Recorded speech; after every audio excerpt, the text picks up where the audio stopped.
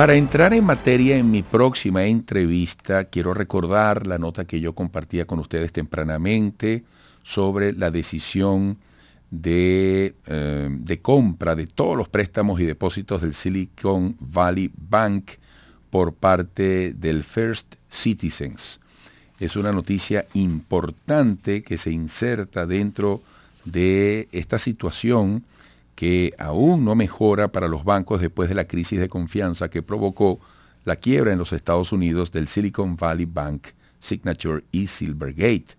La banca europea está registrando una jornada con números rojos en las principales bolsas del viejo continente.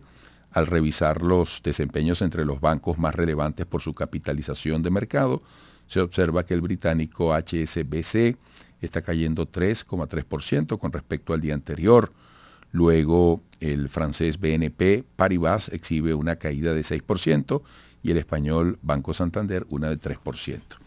Bueno, vamos a hacer una inmersión en este complejo tema de interés global desde Madrid, capital española, vía Zoom, con Gustavo Martínez, licenciado en Economía, máster en Bolsa, asesor financiero europeo, profesor universitario en Finanzas. Gustavo, gracias por atendernos. Buenos días desde Caracas. Hola Eduardo, nada, gracias a vosotros y buenas tardes desde Madrid. Gracias. Mira, ¿qué interpretación se está haciendo a esta dinámica? Por supuesto, en medio de esta preocupación que se esparce por todo el planeta. Bueno, siempre que hay una quiebra bancaria, pues esa siempre despide un riesgo sistémico. Eso ha ocurrido siempre y siempre va a seguir ocurriendo. Además, no olvidemos que Silicon Valley Bank era un banco de una capitalización importante. No estamos hablando de una capitalización pequeña, sino de varios miles de millones de dólares, con lo cual eso es algo preocupante. Lo que pasa es que, si bien es cierto que dentro de lo que ha sucedido en Silicon Valley Bank, hay más negligencia por parte de del management o de los conductores de las finanzas en el propio banco que otra cosa. Es porque realmente lo que ellos no han hecho ha sido cubrir el balance y han incurrido en un riesgo de duración muy importante, ¿no? Con lo cual no preveyeron que los tipos de interés no iban a estar indefinidamente bajos para siempre, con lo cual en el momento en el que los subieras y necesitaras deshacerte de liquidez, necesitaras liquidez y deshacerte posiciones en el activo, esos bonos iban a sufrir en precio, ¿no? Con lo cual, es cierto que subir los tipos de interés rompe cosas, pero también es cierto que rompe aquellas cosas que no se están haciendo bien, con lo cual no todo es alarmismo. Ahora bien, eso no va a parar los ánimos de los inversores, los cuales hasta que no ven que hay o no dilucidan cuál ha sido la naturaleza del problema, pues eso hace que haya alta volatilidad en los mercados. Si bien es cierto que después de Silicon Valley Bank hemos visto otros bancos que han sufrido, pero sobre todo aquellos que se han ido a financiar al sector tecnológico o al sector que es el que más riesgo tiene por su larga duración, no es más sensible a las subidas de tipos de interés, pero rápidamente la FED ha parado este primer penalti, ¿no? Porque se ha reunido de urgencia, ha habilitado nuevas ventanas de liquidez, esto el mercado se lo ha tomado muy bien y en Europa ha pasado más de lo mismo, ¿no?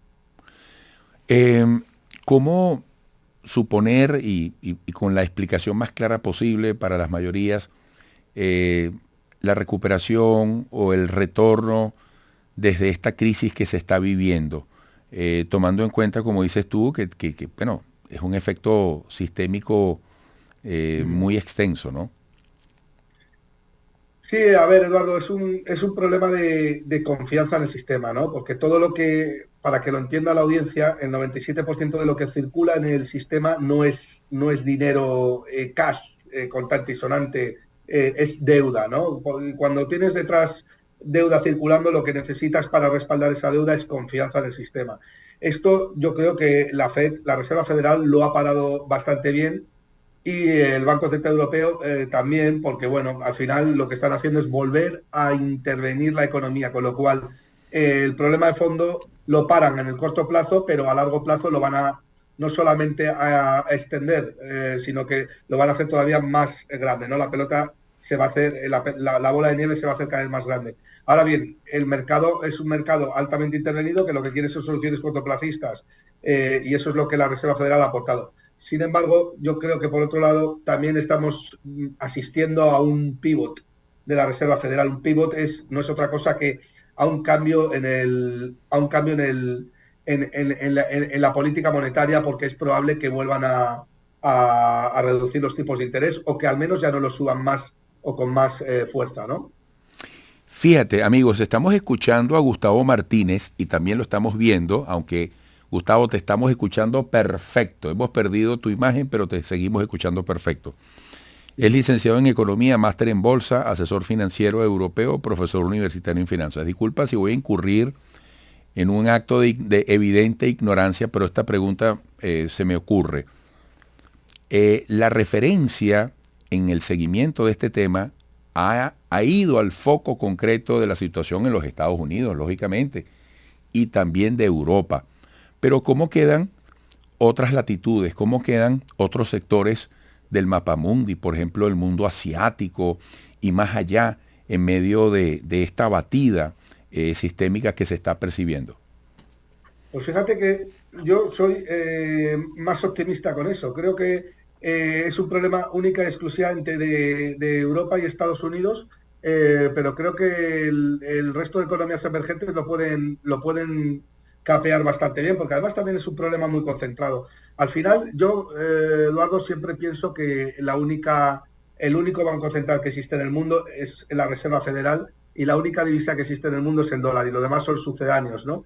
Mientras que la Reserva Federal mantenga la calma en los mercados y en los inversores, creo que eso siempre es extendible positivamente al resto del mundo y al resto de economías, ¿no? Ya sean emergentes o ya sean tradicionales. Creo que además China tiene otros problemas y sinceramente esto me parece que es demasiado doméstico como para que llegue a afectar a bancos chinos, ¿no? Aunque sí que es verdad que el riesgo sistémico se corre muy rápido, pero creo que es un suceso muy puntual que está bastante bien controlado. Gustavo, para cerrar, ¿hay culpables en todo esto o sencillamente es una consecuencia posible dentro de los riesgos, dentro de la dinámica espontánea que tiene el sector económico o bancario? Sí, hay culpables, qué duda cabe. Primero hay culpables porque los bancos centrales son monopolistas de la moneda fiat y no hacen más que intervenir el riesgo. Con lo cual, ellos son culpables de la inflación y ellos son culpables de que después se rompan cosas. Pero además, no solamente podemos trasladar la culpa al monopolista del dólar, sino que también, o de euros, o los bancos centrales, sino que también tienen parte de culpa aquellos CFOs o aquellos dueños de empresas que están haciendo mal las cosas, ¿no? Y eso es lo que pasa cuando zombificas una economía, cuando mantienes una economía viva mediante inyecciones, ¿no? Que es que acostumbras a la gente a hacer mal las cosas. Y en el caso de Silicon Valley Bank ha habido una clara mala praxis, porque se ha comprado demasiada deuda a largo plazo, que no se ha previsto que cuando subieran los tipos de interés esos activos iban a caer de precio y consecuentemente ibas a tener dificultades para financiarte en el mercado, puesto que tus garantías habían caído de precio, ¿no? Y eso es una mala praxis por parte del CFO y por parte del equipo directivo de la compañía. Por tanto, claro que hay culpables. Los que no tienen culpa son los ciudadanos y el contribuyente, que acaba siendo el perjudicado por esto, porque normalmente las quiebras de los bancos se suelen socializar esas pérdidas generando más inflación, ¿no? Y al final que acaba pagando es el contribuyente. Ese sí que no es el culpable, pero el sistema está montado así.